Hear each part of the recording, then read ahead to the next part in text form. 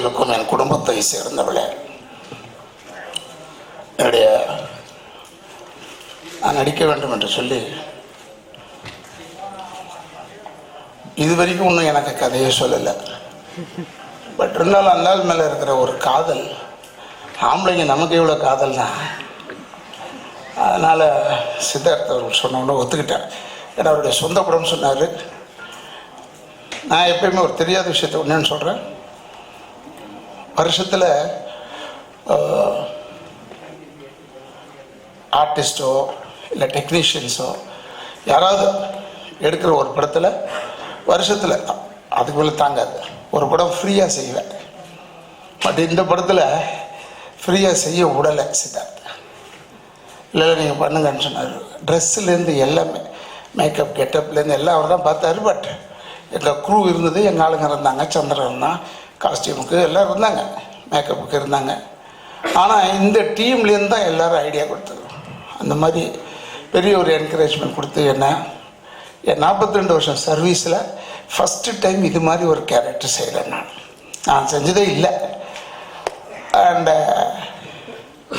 நான் ரொம்ப திமிரு பிடிச்சதா, அது எல்லாருக்கும் தெரியும். நீங்கள் சொல்லுவீங்க மனசுக்குள்ளே, அதெல்லாம் தெரியும்டா உன்னை பற்றின்னு. ஆனால் அந்த திமிர் என்பது திமிர் அல்ல, தன்னம்பிக்கை. என் மேலே எனக்கு தன்னம்பிக்கை இருக்கு, அதுதான் திமிர்.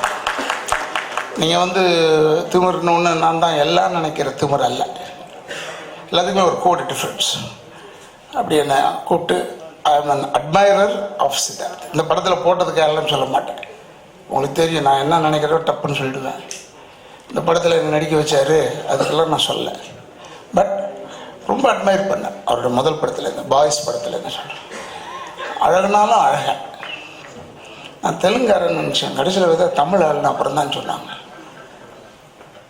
அது மாதிரி சித்தார்த் அவருடைய உழைப்பு தான் இந்த மொத்தம். இப்போ கூட்டம் இவ்வளோ பேர் உட்காந்துருக்கிறது படத்தில் பார்த்து எல்லாமே சித்தார்த்துடைய உழைப்பு தான்.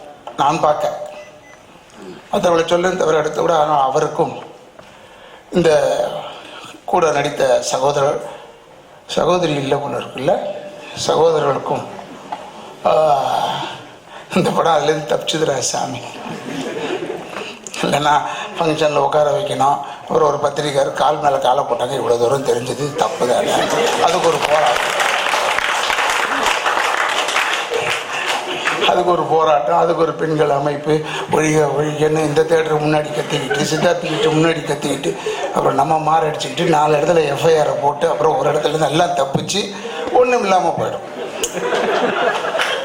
அதனால் அந்த தொல்லை இல்லை உனக்கு. ஒரு ஆளை போட்டால் இவ்வளோ தொல்லை இருக்குது, அதுக்காக சொல்கிறேன். இப்போ நான் பேசிட்டு இல்லை, அவனே ராதா எப்படி பேசினேன், எங்கள் இயக்கத்தை எதையோ பண்ணிட்டு போங்க. கத்திரவன் என் வீட்டு முன்னாடி வந்ததுன்னா கவலைப்பட போகிறதில்ல. எனக்கு கூட்டம் வேணும் எப்பயுமே.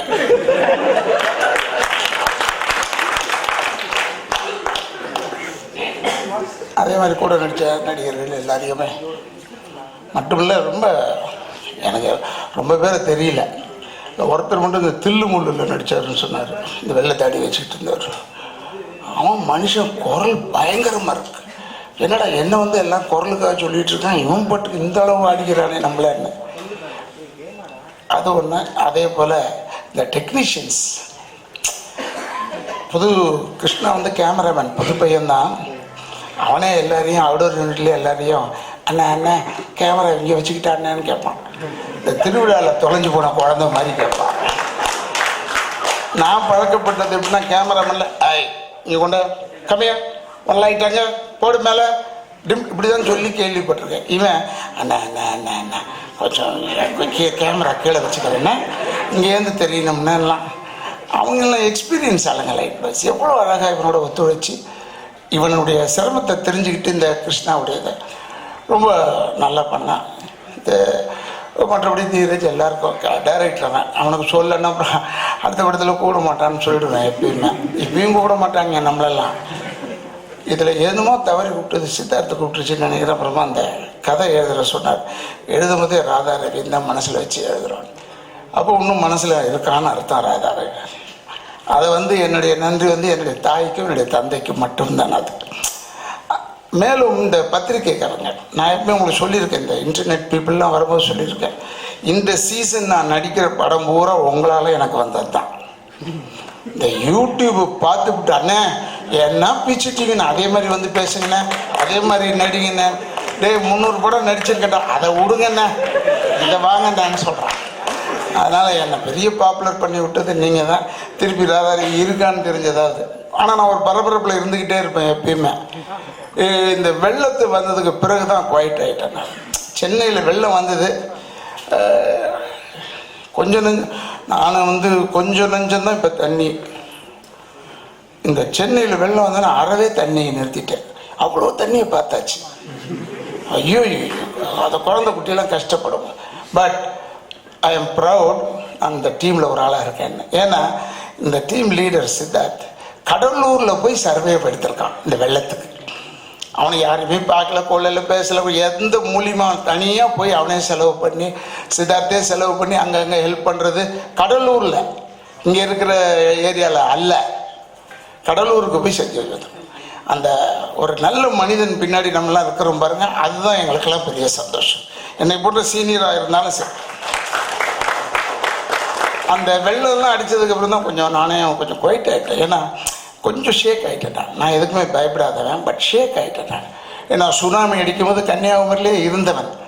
அப்போல்லாம் பயப்படாமல் போய் பிணங்களை எடுக்கிறதுக்குள்ளெல்லாம் செஞ்சேன் நான் லயன்ஸ் கிளப்பில் போகும்போது. பட் இப்போ பார்த்து பயந்துட்டேன். ஆனால் இந்த நேரத்தில் நிறைய படங்கள் வருது. இப்போ இறுதி சுற்று வந்திருக்கு, அரண்மனை 2 வந்திருக்கு, ராதாரவி பிரமாதம்னு சொன்னாங்க. இந்த படம் பார்த்தாங்கன்னா அந்த படத்துலலாம் இல்லாத ஒரு ராதாரவியை பார்க்கணும்னா இந்த படம் தான், ஜில் ஜங் ஜாக். ஃபஸ்ட்டு புக் பண்ணும்போது இந்த டைட்டில் சொன்னார் சித்தார்த்து. நான் சொன்னேன் செய்கிறேன்ப்பான்னு சொன்னேன். படம் பேர் இப்போ தான் சார் வச்சுருப்போம், அப்புறம் மாற்றிக்கலான்னு. ஆனால் அந்த ஜில் ஜங் ஜாக் அவ்வளோ கேட்சியான பேர், எல்லோரும் சொல்ல ஆரம்பிச்சிட்டோம்.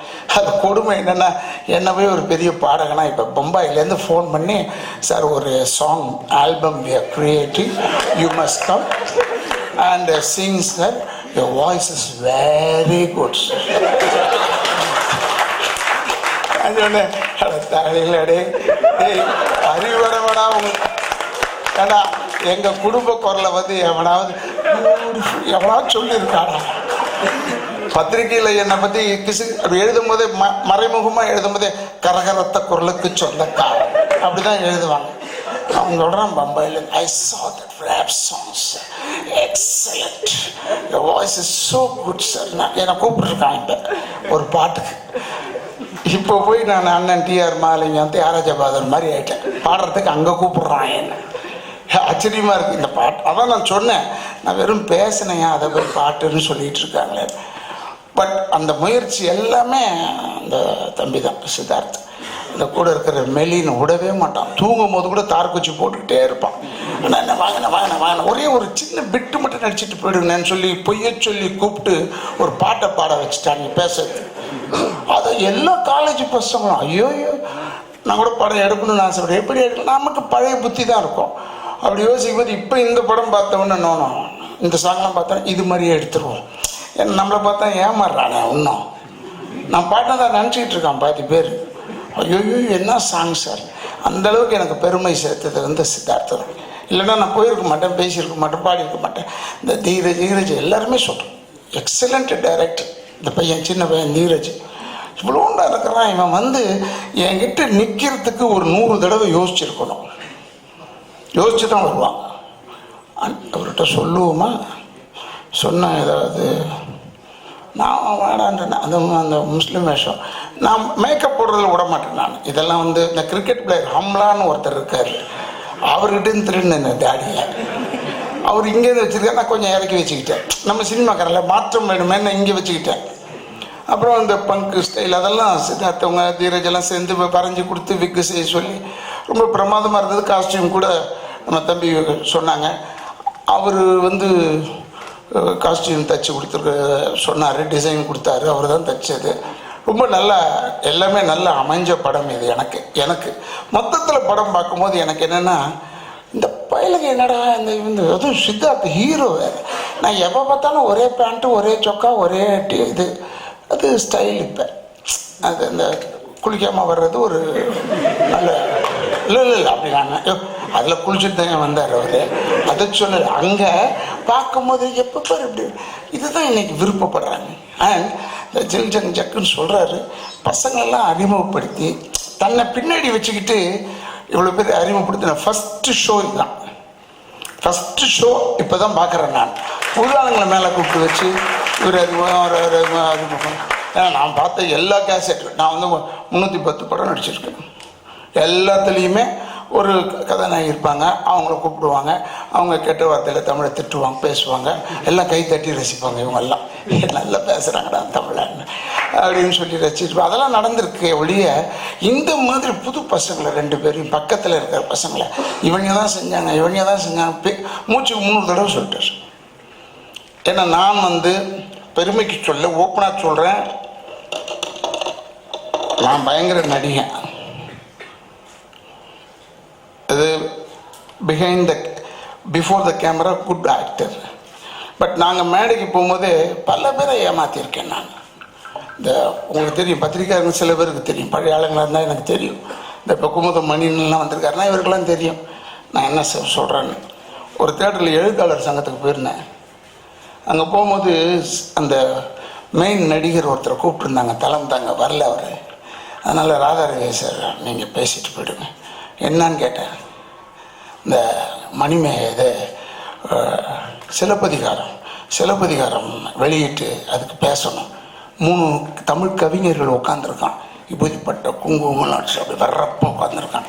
இந்த தமிழ் தெரிஞ்சாலே கொஞ்சம் திமிர் இருக்கும், அதனால் அப்படி உட்காந்துருக்கான். இவனுக்கு எதிர்க்க போய் நம்ம என்னடா தலைமை தாங்கி பேசுறதுன்னு பயந்தேன். நான் சொன்னேன், சிலப்பதிகாரம் நான் பார்த்தது இல்லைடா, எனக்கு தெரியாது சிலப்பதிகாரம். இல்லை நீ ஒரு 2 வார்த்தை சரி பேசுவேன், டைம் காப்பேன், என்னை விட்டுடு, நான் ஓடி போயிடுறேன். ஷூட்டிங் போய் சொல்லாமல் ஒத்துக்குவாங்க. ஏன்னா எவனை பற்றியாவது எங்கள் அப்பா சொன்ன மாதிரி, நான் கடவுளை பார்த்தேன்னா யாரும் நம்ப மாட்டான், நான் பேயை பார்த்தேன்னா 10 பேராவது நம்புவான். அதுதான் உண்மையான விஷயமும் கூட. அதனால் நான் என்ன செஞ்சேன், பயந்துக்கிட்டே இருந்தேன். சிலப்பதிகாரம் சரி பேசுகிறேன்னு சொல்லிட்டு போய் நின்னேன். தலைமை தாங்குவார் ராதாரவின்னு சொல்லிட்டான். போய் தங்குவோம் சொன்னேன்.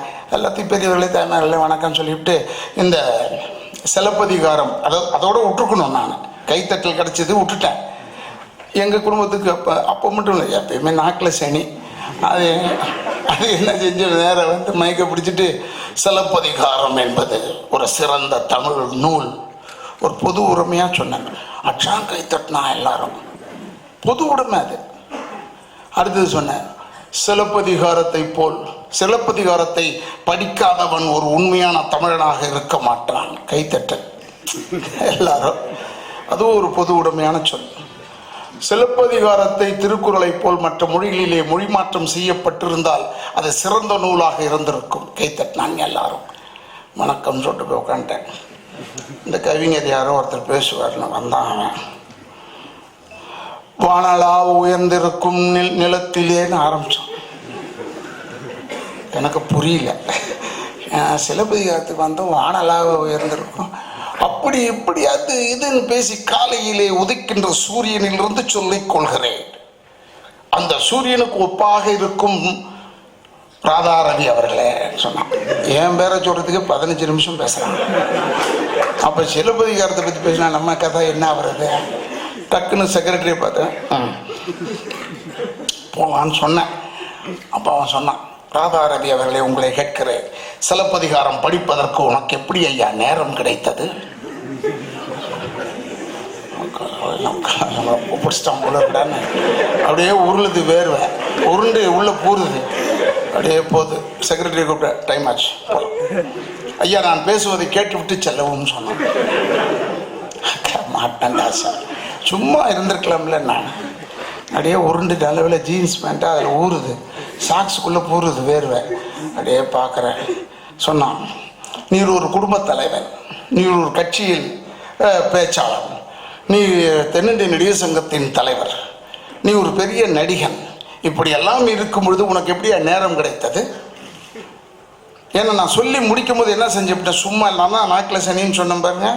இதெல்லாம் சொல்லிட்டு அதோட விட வேண்டியதான் நான் பெருசா. இந்த சிலப்பதிகாரத்தில் 3 குற்றங்கள் இருக்கிறது, அதை மட்டும் சரி செய்தால் சிறப்பான புத்தகமாக இருக்கும்னு சொல்லிட்டேன். அதை பிடிச்சிக்கிட்டான் அவன். சரி, நான் தான் தெரியாமல் சொன்னேன், விட வேண்டியதானே என்ன. அதில் 3 குற்றங்கள் இருக்கிறது என்று எப்படி நீ சொன்னாயின்னு கேட்டான். நான் உன்னை ஏதோ தெரியாம அப்படி முஞ்செல்லாம் பார்க்காம பெரிய சொல்வதை சரியாக சொல்ல வேண்டும். அதில் மொத்தம் 4 குற்றங்கள் இருக்கிறது. நம்மளை மாதிரி இவன் படிக்காம வந்திருக்கான் போல இருக்கு. என்னுடைய நடிப்பை பார்த்துட்டு அசந்துட்டான். அப்படிலாம் ஏமாத்திருக்கேன் ஒரு பெருங்கூட்டத்தெல்லாம்.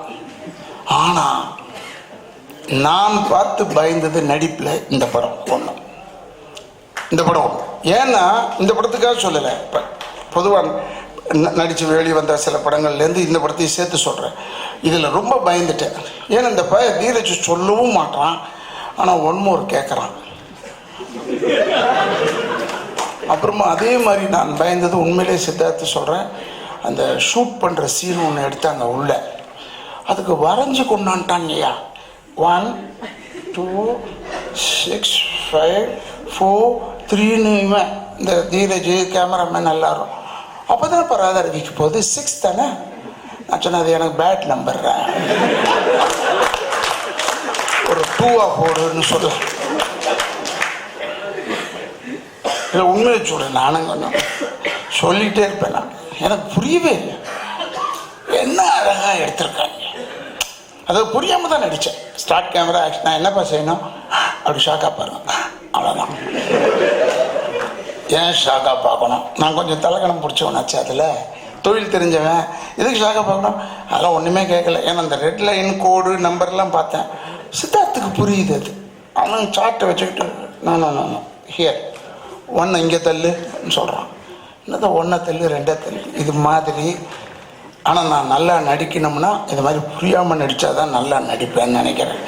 எதையும் புரிஞ்சுக்கிட்டு நடிக்கக்கூடாது. இந்த பல பண்ண விஷயங்கள் என்னை கூப்பிட்டு இந்த ப்ரொமோஷனுக்கு பேசுங்கன்னு சொன்னாங்க. படத்தினுடைய ப்ரொமோஷனுக்கு நான் ஐ ஹவ் காட் ப்ரொமோட்டட்.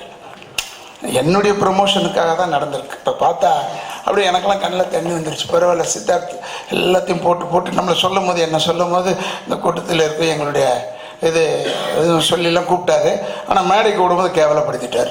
எங்கள் இதுலேயே இளைஞராக இருக்கிறவர் குத்துறார். எனக்கு வயசாகிடுச்சு. ஒன்று தெரிஞ்சு வச்சுங்க, எப்போ நம்ம சாகிறோமோ அப்போ தான் ஓல்டு. வாழ்கிற வரைக்கும் நம்ம யங்கு தான். யூத்துன்னு வரும்போதே கிண்டல் பண்ணுறப்பல சித்தார்த். ஐயோ வாலு நம்பர் 1.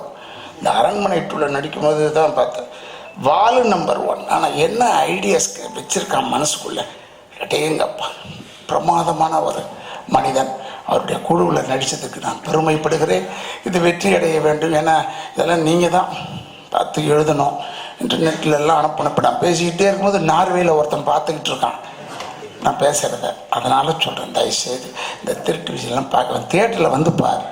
தியேட்டரில் வந்து பார்த்தா தான் இல்லை சின்ன பிள்ளைகளெல்லாம் பெருசாக்க முடியும். தீரஜெல்லாம் பெரிய டைரக்டர் ஆகிறதுக்கு வாய்ப்பு இல்லைன்னா cinema field will lose a good director. இதை நம்ம தப்பாக பண்ணிட்டோம். பாருங்கள், ரசிக்கும்படியாக. நான் டப்பிங்லேருந்து எல்லாத்துலேயும் பார்த்தேன். பியூட்டிஃபுல் பிக்சர் இது. எக்ஸலண்ட் டேலண்டான ஒர்க் எல்லாமே. ஃபைட் மாஸ்டர்லேருந்து சொல்கிறேன். ஃபைட் மாஸ்டருக்கு வந்து ஃபைட்டே கிடையாது, ஆனால் ஃபைட் இருக்குது, அவர் இருக்கார். மியூசிக் டைரக்டர் சொல்கிறார் பாட்டுக்கு சான்ஸே இல்லை, ஆனால் பாட்டு இருக்குது. எல்லாமே இருக்குது. எல்லாமே இருக்கிற படம், அற்புதமான படம்.